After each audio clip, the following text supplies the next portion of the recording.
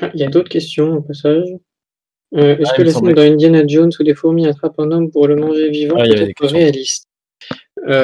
Oui et non. Il existe des espèces, notamment en Amazonie, qui sont capables de former des super colonies et surtout des, des tapis de fourmis, au sens où certaines fourmis ne vont pas s'installer, dans une fourmilière et vont se déplacer presque tout le temps et vont faire un tapis, énorme de fourmis et dès que quelque chose marche dessus, elles vont le déglinguer, globalement, puisqu'elles ont du poison et ça peut être très dangereux et elles peuvent chasser comme ça pas mal de mammifères ou d'oiseaux, hem et c'est plutôt pas mal. De là à dire qu'elle pourrait avoir un humain, je pense qu'un humain serait assez intelligent pour manger, se faire manger, pardon, s'échapper, mais je pense que d'autres animaux ne seraient pas assez intelligents justement pour, ne pas se faire manger. Je pense par exemple à des rats, des souris, n'importe quel petit rongeur.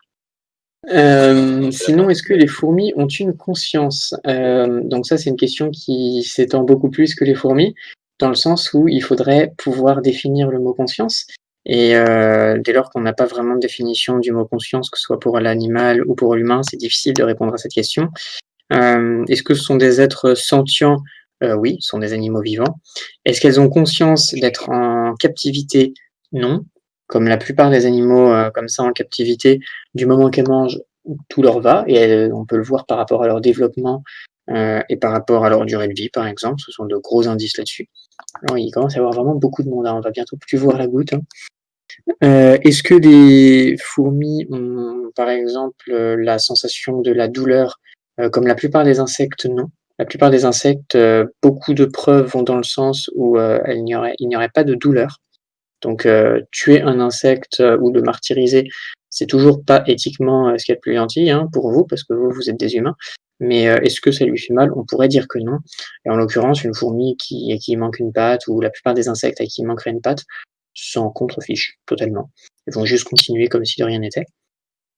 Est-ce que, la fourmi peut ensuite, s'attacher ou avoir des sentiments? Heu, Pas que je le sache et j'aurais tendance à dire que je n'ai pas assez de réponses, je n'ai pas assez d'informations pour répondre et je pense que j'ai couvert à peu près toutes les définitions ou idées qu'on peut se faire du mot conscience. Est-elle capable d'un recul par rapport à ses actions? J'aurais tendance à dire qu'elle est surtout capable d'être sélectionnée. C'est-à-dire que les fourmis, un comportement qu'on observe de façon assez régulière, c'est le fait de trouver une proie, morte ou vivante. Bon, dans un cas, il faudra d'abord la tuer et ensuite que faire de cette proie? La découper sur place, la ramener à la fourmilière, la manger sur place. Une solution bête et naïve serait de la manger sur place puisque, bah, tant qu'on y est, autant la manger. Sauf que la fourmi, si elle la mange sur place, elle reste exposée à l'extérieur. Extérieur qui est naturellement beaucoup plus dangereux que la fourmilière et donc les fourmis vont ramener la proie si possible. Si elles ne peuvent pas ramener la proie, elles vont pas la manger sur place, elles vont plutôt la découper et au-delà de la découper, elles vont ramener les petits bouts et donc finalement, elles vont minimiser le temps à l'extérieur pour prendre moins de risques. Est-ce que c'est réfléchi?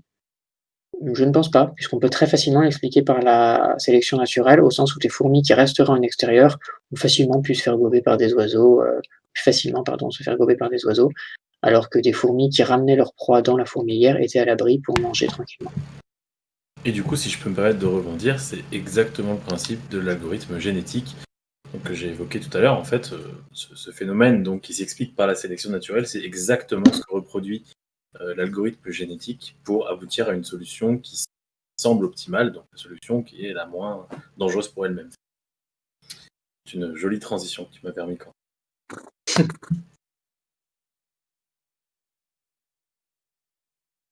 Est-ce que vous avez d'autres questions peut-être? J'ai trouvé une loupe. Je sais pas à quel point la loupe rend bien à la caméra. En vrai, pas mal, hein. Sur la grosse partie, pas sur la petite. Mince, attends, c'est la grosse partie qui gêne. La petite qui c'est vachement plus net.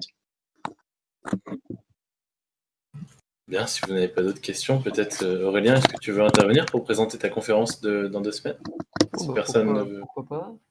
Si personne n'a de questions, bah on t'écoute et puis si d'autres questions arrivent, on y répondra après. Donc Aurélien qui fait une conférence dans 2 semaines, dans 2 samedis. Donc le 3 octobre, donc je vais être assez court, hein. Je vais vous raconter l'épopée d'un des fleurons de l'industrie française, à savoir le TGV. Donc en soi, pourquoi il existe, ce qu'il a fait, ce qu'il a apporté, où est-ce qu'il va en général, les différents types, etc. Bon, je vais pas trop rentrer dans les détails non plus, mais je vais vous faire le gros de l'histoire. Parce que je pense que tout le monde au moins, je pense que tout le monde au moins une fois ici l'a pris, mais je pense pas qu'il y en ait beaucoup qui se sont posé la question de pourquoi, du comment de cette machine. Voilà. Donc Alexis, si tu veux. Non, mais merci à toi Aurélien, puis on a tous très hâte de t'entendre. Je vois que vous êtes certains en train d'écrire, donc on va attendre que vous ayez écrit, et puis si vous n'avez pas de questions, on va mettre fin à cette conférence, Quentin. Ok. Bon, conférence qui, comme vous l'avez vu, se voulait finalement un peu plus sérieuse qu'on ne l'a présentée au début, mais bon, je sais pas si certains d'entre vous ont repéré les quelques petites images cachées, les quelques petites phrases masquées, oui. Et les quelques petits jeux de mots qu'on a pu mettre au sein de... Notamment, ici, vous voyez une partie d'échec et un Python, parce que Python a été un sacré échec. Sinon, si vous regardez bien, vous pouvez voir en haut à droite en transparence une petite fourmi. Qui vous regarde. Vous pouvez aussi regarder dans d'autres slides les fourmis en transparence en bas. Ouais, il y a une citation tout en bas de celle-ci. Si vous n'arrivez pas à la lire, c'est Alexis, il y a moins d'une semaine, alors qu'on pensait faire cette conférence, qui me fait « Mais ça combien de pattes une fourmi? 4, 6, 7, 8 ?» Il a quand même proposé 7. Il a envisagé le fait qu'une fourmi pourrait avoir 7 pattes. Écoutez, moi je pense qu'il serait bon de créer une fourmi à 7 pattes. Quand est-ce qu'une reine devient reine, demande Smadia. Alors une reine ne devient pas reine, une reine naît reine. J'ai pas parlé de toutes les méthodes de reproduction d'une fourmi, mais il existe autre chose que sont les gamergates. En règle générale, la méthode primitive pour les fourmis, c'est de ne pas avoir de reine, tout simplement. Et toutes les fourmis peuvent ensuite se reproduire ou vont prendre un rôle de reproductrice. C'est exactement ce qui va se passer chez les abeilles, en quelque sorte. Enfin, c'est assez propre, on va dire proche des abeilles, au sens où une reine peut le devenir, si on veut.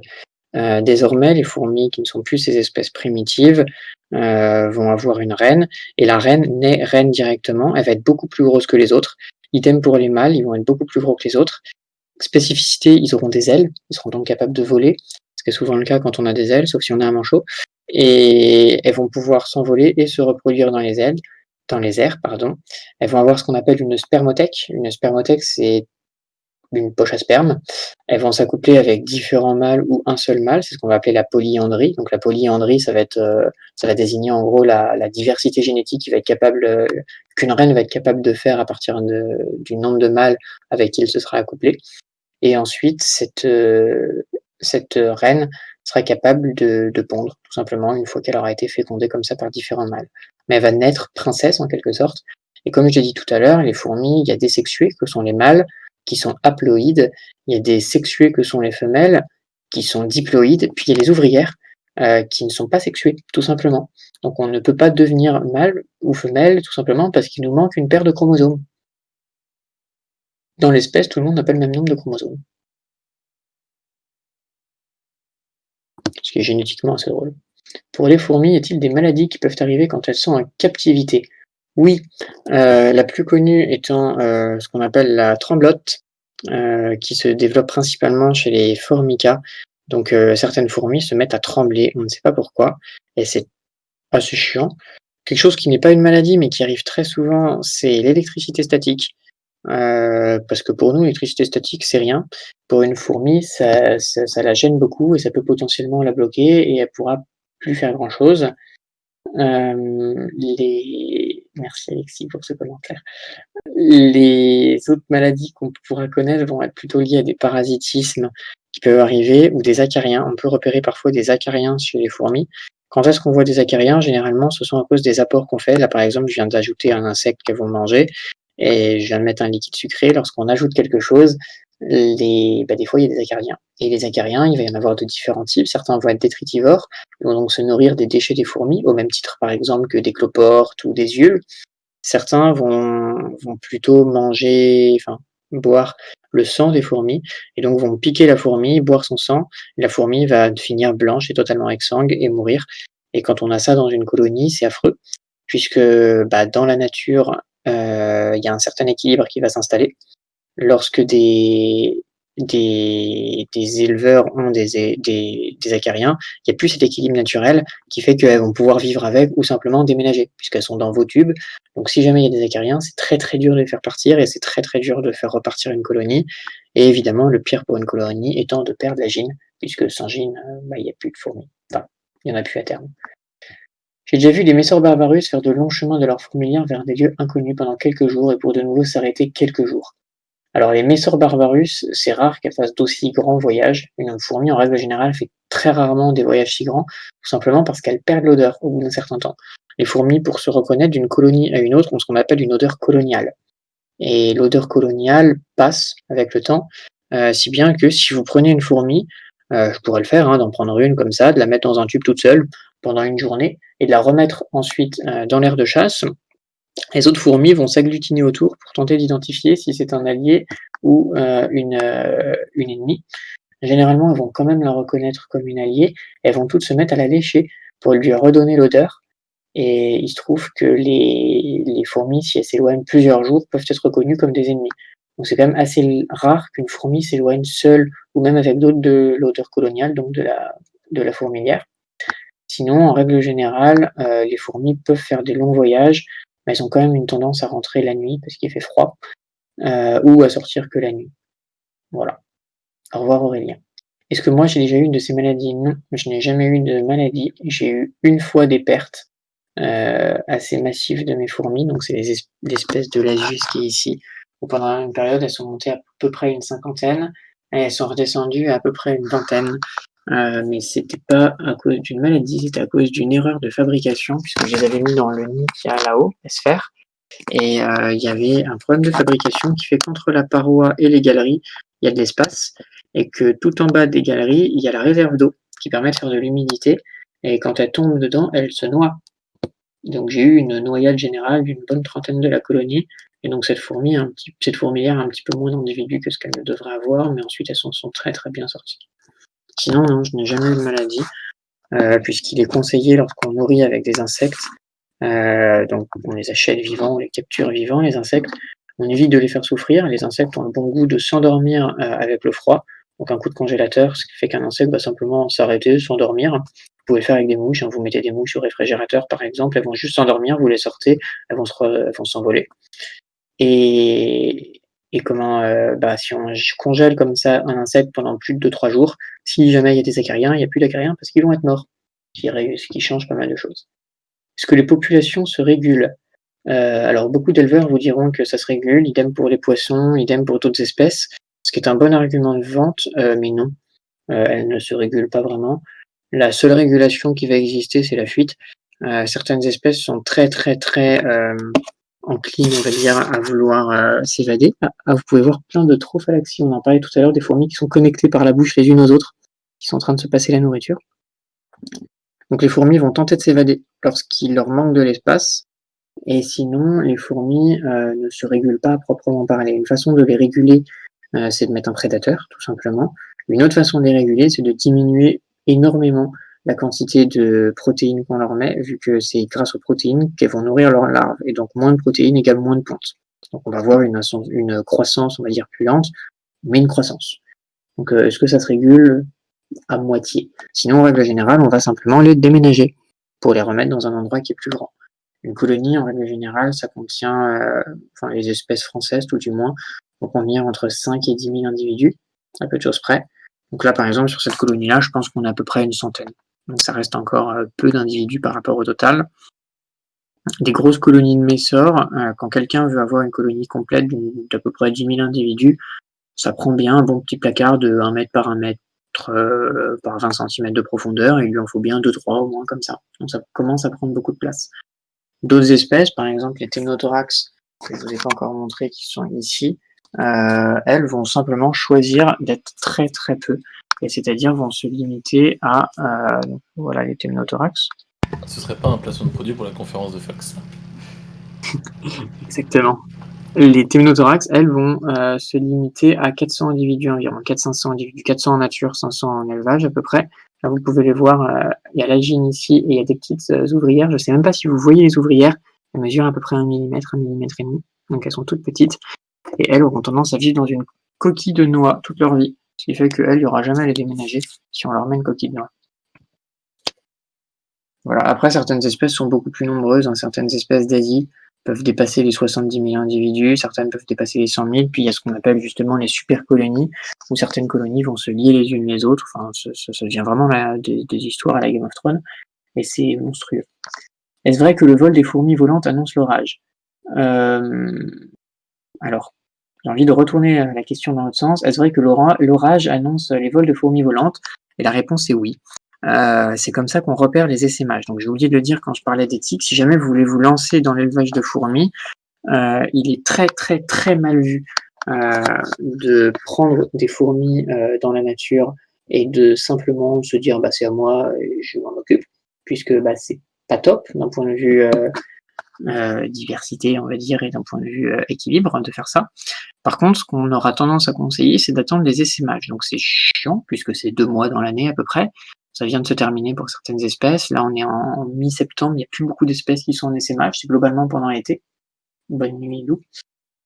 Et donc, on attendra les essaimages. Et pour repérer les essaimages, on attend l'orage, tout simplement. S'il fait très très chaud et qu'il commence à faire orageux, donc vous savez, quand le temps devient très très lourd, il commence souvent à y avoir des sexués. Donc, ça veut dire qu'on va voir des sorties de sexués. Donc, ils vont pas encore s'envoler, mais qui vont être à la porte des colonies. Et dès lors que ça va commencer à tomber, dès lors qu'il va se mettre à pleuvoir, les sexués vont rentrer. Et dès qu'il va s'arrêter de pleuvoir, donc que la terre devient très très meuble et qu'il fait encore très humide, il y a les premiers vols de sexués. Et donc les fourmis volantes annoncent l'orage, oui, en quelque sorte, puisqu'on va voir les fourmis volantes un petit peu avant l'orage et elles vont s'envoler un petit peu après l'orage généralement. C'est évidemment pas une science exacte, hein, mais oui, orage et fourmis volantes, c'est très très lié. Dans un sens ou dans l'autre. Je pense que c'est plutôt l'orage qui déclenche les fourmis. J'ai des doutes que les fourmis puissent déclencher un orage. Donc voilà comment on les repère. Pour repérer des essaimages, on voit juste des espèces de nuées de fourmis qui volent et on est capable d'en attraper une fois qu'elles ont été fécondées. Je ne sais pas si vous avez fait attention, je vous ai dit que les sexués étaient ailés. Sur toutes les reines que je vous ai montrées, il n'y en a pas une seule qui avait des ailes, soit dit en passant. Tout simplement parce que les fourmis s'arrachent les ailes une fois qu'elles ont été fécondées et une fois qu'elles sont installées. Parce que les ailes, ça consomme des calories. Et quitte à rester pendant 2 mois à peu près sans manger, sans boire, puisque une fourmi, lorsqu'elle va pondre la première fois, elle va simplement s'enterrer, reboucher le trou et attendre que ses premières ouvrières, la première génération, elle va pas manger, pas boire. On a tendance à économiser comme on peut. Et une bonne façon d'économiser, c'est de s'enlever les ailes. Et c'est aussi comme ça qu'on peut reconnaître une gyne par rapport à une ouvrière, outre sa taille, sont grâce aux cicatrices et l'air. C'est comme ça qu'on les différencie des majors notamment. Elles ont des cicatrices là où normalement elles devraient avoir des ailes. Oui, bien sûr. L'algorithme de la colonie de fourmis n'a rien de novateur. Hein. Nous, ce qu'on propose, c'est une variante qui nous semble plus pertinente que le modèle très Conventionnel. classique. Et vous savez si cette variante elle a déjà été étudiée par d'autres ou pas? Bah alors, du peu de recherche qu'on a fait pour l'instant, parce que bon, on savait que quoi qu'il arrive, on allait le coder. Du peu de recherche qu'on a fait là-dessus, on n'a pas trouvé, enfin moi non, en tout cas, je sais pas toi, Quentin, il me semble que non. On n'a pas trouvé d'exemples qui vont dans le sens de ce qu'on a commencé à faire. Alors peut-être que ça a justement été fait et que ça ne marche pas. Voilà. Vu que tristement en science, lorsque quelque chose ne marche pas, on a tendance à ne pas le dire. Mais c'est dommage. Parce que Ouais, ça évite de c'est dommage. pas perdre du temps, parce que en soi la recherche c'est toujours bénéfique, mais c'est vrai que si quelqu'un s'est déjà penché sur cette possibilité, n'a pas publié ses travaux justement parce que ça n'avait pas abouti, c'est un peu dommage. sinon, non, on n'a rien trouvé encore dessus. D'accord. Non, on a trouvé bien des possibilités d'améliorer, de manière de combiner un peu les algorithmes à colonies de fourmis, de les optimiser, mais rien qui va dans le sens de ce que nous, on est en train d'essayer de faire. Alors pour information, de ce côté-là, elles ont fini la goutte totalement, et elles ont fini l'insecte aussi. Je réagis sur ce que dit Nucléoécologie. Si tu nous dis je vais chercher ça, Asmadira, n'hésite pas à les mettre dans réaction en live, les liens, on est tous preneurs. Et si tu réagissais au fait que nous, on n'ait rien trouvé, n'hésite pas, si tu trouves des informations qui vont en ce sens, à nous les fournir, ça nous intéresse, hein, ça ne nous empêchera pas de coder le truc et de vous le présenter plus tard. Mais si on peut avoir des résultats théoriques... Ouais, mais c'est à Nucléoécologie que je vois. Ah, désolé. Si ça nous permet d'avoir des résultats théoriques et voir ce que ça donne, bah, ça nous intéresse quand même de voir. Si ça fonctionne, c'est d'autant plus intéressant. Non, je disais que s'il répond à Asmadira, alors bah, on est intéressé pour les liens, et si c'est à moi qui répondais, alors je suis aussi intéressé. Ah, d'accord, désolé. Qu'il ne fasse pas ses recherches sans les partager, quoi. Ouais. Mais du moins, par rapport aux graphes, je pense que ça a été pas mal étudié, les chemins les plus courts sur les graphes. Alors, je sais pas si pondéré par quelque chose, ça a été étudié aussi, ou peut-être moins de résultats. Si, bien sûr, les chemins, l'algorithme, le premier voyageur de commerce, les algorithmes qui trouvent le plus court chemin, ça a été extrêmement, extrêmement cherché, et c'est pas ça, nous, qu'on dit qui n'a pas été cherché, entre guillemets.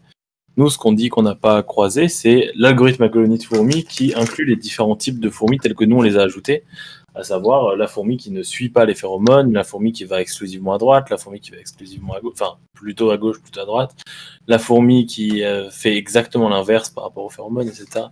Ces profils-là de fourmis, on les a pas vus développer. Tout ce qu'on a croisé comme algorithme à colonie de fourmis, c'est l'algorithme classique, donc celui que j'ai présenté, qui a un type de fourmi. Et éventuellement, il me semble que j'ai dû voir un algorithme qui lance une fourmi seule au début, puis une colonie entière après. Mais une première fourmi va établir un premier trajet. J'avoue que a priori, ça donne des meilleurs résultats, mais je saisis mal pourquoi. Mais voilà, c'est la seule variation que j'ai pu voir principalement. Et nos différents types, à la fois la combinaison des différents types, à la fois les différents types lancés un par un, etc., on n'a jamais croisé ça. Parce que nous, l'idée de notre algo, c'est pas simplement de dire on lance différents types de fourmis, c'est-à-dire qu'on peut faire varier le nombre de ces différents types. On peut se dire qu'on a que des fourmis qui font l'inverse des phéromones, quoi, ce qui est un peu plus induit des comportements différents de si on est sur 50-50. Oui, c'est un peu. Dit en passant, mais on peut très bien estimer, par exemple, qu'en mettant, je sais pas moi, 1% de fourmis qui font n'importe quoi, ben on va converger plus vite. Voilà. D'accord. Et Quentin parlait tout à l'heure des matrices. Du coup, le fait de lancer des fourmis de différents types, vous avez essayé de voir si on pouvait le théoriser avec des matrices ou des... Parce que les graphes, du coup, ça me paraît un peu compliqué. La version matricielle, j'ai commencé à la coder tout à l'heure et j'ai passé 1 heure dessus, en gros. D'accord, mais sur l'aspect théorique, qu'est-ce que vous savez un peu comment vous allez vous y prendre Pas du tout. Pour l'instant, le paradigme que j'utilise, c'est j'ai 3 objets différents. J'ai les fourmis qui sont gérées dans une matrice à 8 colonnes et autant de lignes que de fourmis. Les colonnes, les 2 premières servent à donner la position. La suivante sert à donner le déplacement qui a été fait précédemment, donc le déplacement 4, 5, 6 ou 7. Ensuite, les colonnes 4, 5, 6 et 7, justement, donnent la probabilité de faire un déplacement 4, 5, 6 ou 7. Donc 4, 5, 6, 7, c'est je tourne en sens tricot. Donc 4, c'est à droite, 5, c'est en haut, 6, c'est à gauche et 7, c'est en bas. Et enfin, la colonne numéro 8. Qu'est-ce que donne déjà la colonne numéro 8 La colonne numéro 8, elle donne...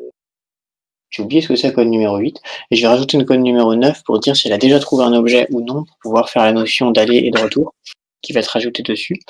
Ensuite, j'ai une matrice qui représente le terrain, qui, elle, ne bouge pas. La matrice qui représente le terrain, finalement, c'est une pondération à chaque pixel, on pourrait dire. Donc chaque point de la matrice, chaque case de la matrice, c'est donc une valeur qui va être 1 pour la plus basse, ça veut dire qu'une fourmi n'y reste qu'un tour dessus, donc un tour de boucle, parce qu'il va y avoir une boucle while, un bon petit while true qu'on est capable de passer en false. Et en fait, la fourmi va se déplacer. Lorsqu'elle croise un 1, elle reste un seul tour de boucle dessus. Si elle croise un 10, elle va devoir rester 10 tours de boucle dessus. Ce qui fait que croiser un 10, finalement, c'est peut-être plus intéressant de le contourner. plutôt que de passer dessus. Et donc, en faisant ce genre de choses, on peut mimer par exemple une bosse qui est plus ou moins haute, on peut mimer, un trou, on peut mimer un labyrinthe, on peut mimer ce qu'on veut en attribuant des poids à chaque pixel et voir si les fourmis vont faire ce qu'elles veulent. Et ensuite, pour gérer justement le fait qu'elles sont déjà passées, j'ai un troisième objet, matriciel pour l'instant, qui sont les persistances tout simplement, qui est une map de la même taille que la map et qui dessus donne le nombre de fourmis qui sont déjà passées par ce point. Ce qu'on pourrait apparenter donc à chaque fois à une phéromone qui a été déposée. D'accord, merci beaucoup. Et on a plein de publis postés par Nucléoécologie. Ouais, et pour les avoir parcourus, du coup, les 2 premières en tout cas, et là, je pense pour la dernière, on n'est que sur l'algorithme classique partout. Ah si, une tentative d'amélioration qui a été faite, je sais pas si elle est présentée, mais j'ai l'impression qu'elle est présentée dans la dernière, c'est de faire fonctionner les fourmis par 2. Dans ce genre d'algorithme, il a été tenté qu'une communication soit possible entre 2 fourmis, donc qui se relaient à l'arrivée et au départ, ce qui leur permettait de s'orienter sur le trajet. Sachant que, je l'ai pas spécialement mentionné, mais certaines espèces, on parlera par exemple des Camponotus qui là-dessus sont très, très doués, ressemblent aux crématogastères, celles que je vous ai montrées et qu'on a nourries et sont capables de remonter les pistes de phéromones des crématogastères. Et donc on a une autre espèce qui est capable de suivre, les phéromones d'une autre espèce. Et ça, c'est assez gênant, on va dire, et certaines espèces n'aiment pas du tout ça, qu'on puisse suivre leurs pistes de phéromones et donc l'évolution a fait que certaines espèces plutôt faibles, qui faisaient remonter leurs pistes de phéromones, ont arrêté d'utiliser les phéromones. Et par exemple, les Temnothorax, donc les toutes petites que je vous ai montrées, ont le choix, si elles veulent être discrètes, de laisser les phéromones ou pas, et pourtant de retrouver leur route. Et pour ça, ce qu'elles vont faire, c'est que, elles vont s'emmener à un endroit l'une et l'autre en allant à 2 ou à 3, généralement à 2 justement. Les fourmis vont se déplacer 2 par 2. Il y a celles qui ont déjà vu l'endroit et qui vont elles-mêmes être capables de le retrouver en se souvenant indirectement où c'est, et celles qui n'ont pas vu l'endroit et qui vont simplement former un duo avec une autre et vont rester en contact avec leurs antennes sur le gastre de l'autre. Elles vont poser leurs antennes sur le gastre de l'autre et vont donc les suivre à la queue leu-leu. Et Voilà. au lieu du coup de faire un chemin de phéromones, elles vont se mettre à la queue leu-leu par 2. Et l'idée donc de l'algorithme, de l'évolution de l'algorithme dont je parlais, qui est en effet présentée dans le 3e lien donné par Nucléoécologie, c'est exactement de reproduire ce comportement et ça semble donner des meilleurs résultats, mais c'est pas super probant pour l'instant ce qu'on a réussi à faire avec. On Il y a plein de optimise un comportements, peu, mais c'est pas encore ça. Parce qu'il faut savoir qu'un algorithme à colonie de fourmis, personnellement, j'en ai fait tourner un sur un graphe il y a quelques années.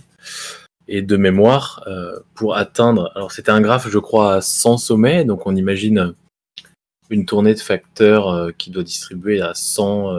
un livreur, quoi, qui doit distribuer à 100 maisons différentes ses colis. Et l'algorithme n'a trouvé le chemin optimal qu'en une demi-heure pour le meilleur temps. Ça veut dire que cet algorithme a quand même dû tourner 30 minutes avant de pouvoir trouver le chemin optimal. Alors évidemment, on avait des chemins qui, à quelques mètres près, faisaient la même taille à bien avant. Hein. Au bout de 3, 4, 5 minutes à peu près, on a déjà des chemins qui sont à moins d'1% d'erreur, quoi, de chemin optimal par rapport au chemin optimal. Et c'est l'intérêt de ces algorithmes, hein, par rapport à un algorithme qui devrait balayer toutes les solutions ou pour lequel on est obligé d'attendre la fin. L'intérêt de l'algorithme à colline fourmi, c'est qu'il actualise la solution en temps réel. Et qu'on est sûr, entre guillemets, d'aller vers une solution plus efficace. Mais voilà, si on veut la solution optimale, il a fallu attendre 30 minutes pour que cet algorithme fonctionne. Là où je rappelle qu'un algorithme à colonie de fourmis, c'est donc une simulation. Et comme toute simulation, ce qu'on cherche, c'est une convergence. C'est pas un choix directement, c'est bien une convergence. Ça va pas nous dire c'est celui-là. On va avoir plein de solutions proposées et ça va augmenter le poids de certains. Donc on va vraiment parler d'une convergence. À l'inverse d'un algorithme de Dijkstra, par exemple, qui lui ne va pas consister en une convergence à proprement parler. L'algorithme de Dijkstra va vraiment vous donner une solution directement.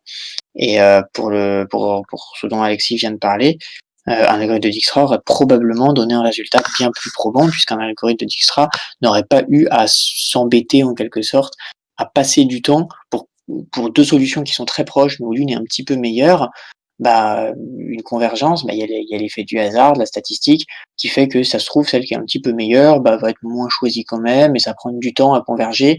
Si par exemple vous avez, je sais pas moi, 501 chances sur 1000 de faire un truc et 499 chances sur 1000 de faire un autre truc, pour voir vraiment la probabilité s'inscrire, il faudra pas faire que 1000 lancers. Il faudra probablement faire beaucoup, beaucoup, beaucoup de lancers. Il faudra attendre très longtemps quand la différence est faible. Alors qu'un algorithme de Dijkstra, globalement, il va voir un maximum. Et un maximum, pour un ordi, c'est facile à voir. Donc il n'y aura pas une convergence. En fait, il faut se dire que majoritairement, hein, dans la majorité des cas, et à moins d'un gros coup de chance, le temps pour trouver une solution qu'on va appeler satisfaisante, comme j'ai dit tout à l'heure, donc qui est une solution qui s'approche, qui est très très proche de la solution optimale, va être généralement court avec par l'aide de ces algorithmes, que ce soit génétique ou à colonie de fourmis. Alors que le temps pour trouver une solution optimale, lui, va être largement supérieur au temps qu'on aurait mis si on avait listé les solutions. Finalement, on casse vraiment l'idée de chercher la solution optimale.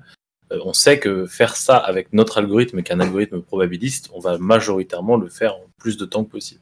Ce que ça veut dire, c'est que l'algorithme de Dijkstra que proposait Quentin, si mon algorithme de tout à l'heure me donnait une solution satisfaisante en 5 minutes et la solution optimale en 30, un Dijkstra me donnait peut-être la solution optimale en 15. Ouais, c'est ça. C'est que, en fait, l'un va vraiment vous donner le meilleur, sauf que le meilleur, on n'a pas tout le temps le temps. L'autre va vous donner un truc qui n'est pas forcément le meilleur, mais qui est globalement satisfaisant beaucoup plus rapidement. Là où un Dijkstra ne pourra jamais donner un satisfaisant. Un Dijkstra donnera le meilleur ou rien. C'est ça. Et là où ça nous intéresse, c'est que typiquement le livreur le matin, quand il allume son GPS et qu'il fixe ses différents points, parce que c'est exactement ce qui se passe finalement, hein, ces algorithmes interviennent dans le calcul de trajet optimal d'un GPS. Quand le livreur allume son GPS, il le configure, il n'a pas envie que le GPS lui dise « Attends, je fais mon Dijkstra pendant 20 minutes et après tu commences ta livraison ». Non, j'espère que ça se fasse et éventuellement que ça puisse s'adapter au fur et à mesure. D'ailleurs, c'est ce qui se passe dans certains cas. Et on peut rendre ça sur des problèmes beaucoup plus généraux, hein. Si on prend des problèmes où ce qu'on appelle plus court chemin, c'est plus vraiment un chemin physique, mais on rentre dans un espace mathématique cette fois-ci. On prend un espace dans lequel on définit des images et on définit des transformations linéaires ou des transformations matricielles, type des convolutions, qui vont transformer en image en une autre. On pourrait imaginer ça pour faire du traitement d'image de l'imagerie médicale, par exemple, et on va chercher à faire de la déconvolution d'image, par exemple. Puisque en physique, en règle générale, lorsque une onde passe dans un milieu, ça va être une convolution entre une première matrice qui représente le milieu et une matrice qui va représenter l'onde, en quelque sorte, et ce qui va nous donner l'image. Et lorsqu'on va chercher justement à obtenir quelque chose qui va nous permettre de trouver quelle est la transformation inverse à appliquer pour revenir sur l'image de base, finalement, c'est un plus court chemin. C'est quel est le chemin qui permet de passer d'une image à une autre. Et pour trouver ce chemin, on peut utiliser des algorithmes très très très mathématiques qui vont peut-être nous pondre une solution en 48 heures, tout comme on peut utiliser des algorithmes type colonie de fourmis, où le chemin, ça va plus être le chemin entre deux points, donc un chemin physique, mais un chemin au sens trouver la meilleure opération mathématique. Et à ce titre-là, la meilleure opération mathématique, un algorithme pourra la trouver comme ça, peut-être en quelques secondes ou quelques minutes. Ce sera probablement pas quelque chose de parfait, mais ça va peut-être répondre à des contraintes qui ne sont plus du coup des contraintes mathématiques, mais des contraintes ingénieurs. Typiquement sur de l'imagerie médicale, on peut supposer que si je cherche à vous imager le cerveau ou vous imager les reins avec une certaine technologie, le médecin a besoin de former une image en maximum 1 seconde, parce qu'il n'a pas envie d'avoir un décalage entre l'endroit qu'il regarde et l'endroit que sa machine lui représente. Donc il faut qu'il soit capable d'avoir un algorithme qui, même s'il lui donne pas une image parfaite, lui donne une image en 1 seconde. Là où un algorithme parfait mettrait peut-être une demi-heure. Et c'est là qu'on peut se dire que ce genre d'algorithme a tout à fait son sens.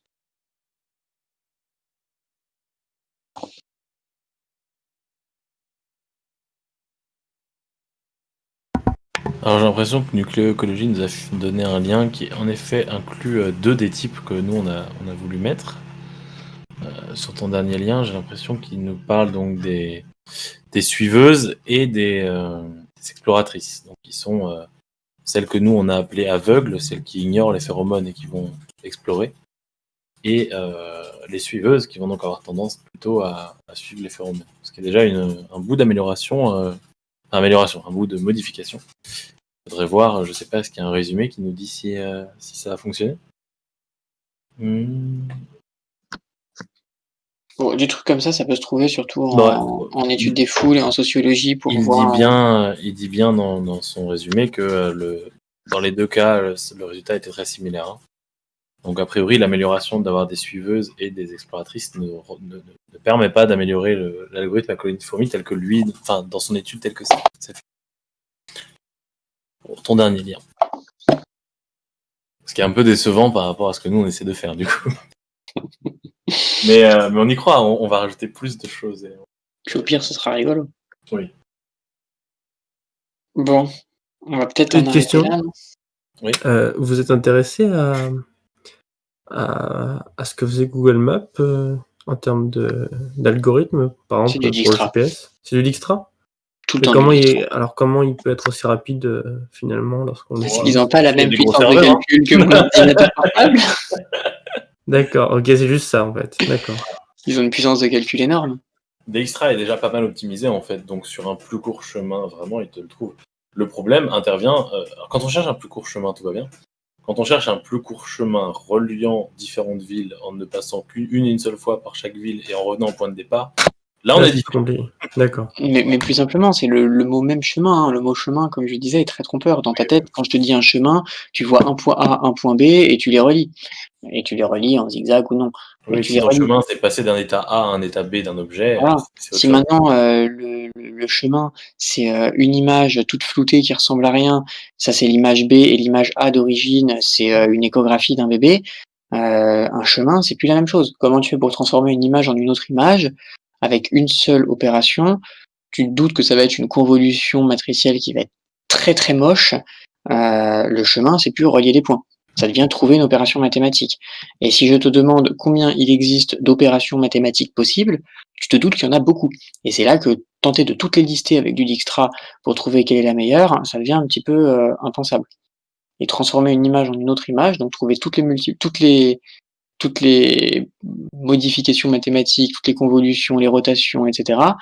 Ça prend beaucoup de temps en machine learning, c'est quelque chose qui se fait. On va faire de l'optimisation finalement de machine learning, où tu vas chercher à optimiser la transformation d'une image en une autre, par exemple pour transformer un visage en un autre visage, etc. On n'est pas loin d'une colonie de fourmis. Pas loin d'une colonie de fourmis au sens où on va laisser l'algorithme un petit peu aller dans tous les sens et tenter des choses. Et ce qu'on va faire, c'est qu'on va ensuite quantifier la chose, dire si c'est plutôt bien ou plutôt pas bien par rapport à ce qu'on cherche. Et si ça va dans la bonne direction, on va lui dire ah bah essaye de faire ça, mais de faire une variation autour de ce truc que tu as fait. Et donc finalement, c'est exactement ce qu'on va faire. On va avoir un chemin pour passer d'une opération mathématique, enfin pour passer d'une image à une autre image, qui va être une opération mathématique, qui va être moins bonne, mais sur une dizaine, on va dire ah bah la meilleure c'est celle-ci. On va s'engouffrer dans celle-ci en disant bah du coup maintenant je vais faire varier celle-ci et ainsi de suite jusqu'à transformer une image en une autre. Et en deep learning, tu le fais énormément. Et du coup, ça pose une question, c'est oui, mais si le premier truc que tu as trouvé qui te paraît bon, bah c'est pas le meilleur, hein, parce que ça se trouve sur les 10 que tu as vus, bah la 11e elle était 10 fois mieux, bah, ton algorithme ne va pas converger vers la bonne chose. Il va converger vers quelque chose de bien, mais pas le meilleur. Et c'est aussi là qu'il y a un intérêt à se dire, bah, et si j'en mettais une qui testait un truc totalement aléatoirement. D'accord. Merci beaucoup.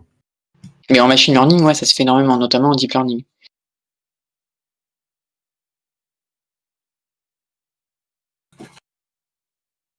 Oui, je suis en train de regarder le dernier document donné par Nucléologie, voir ce que ça raconte très rapidement. Mais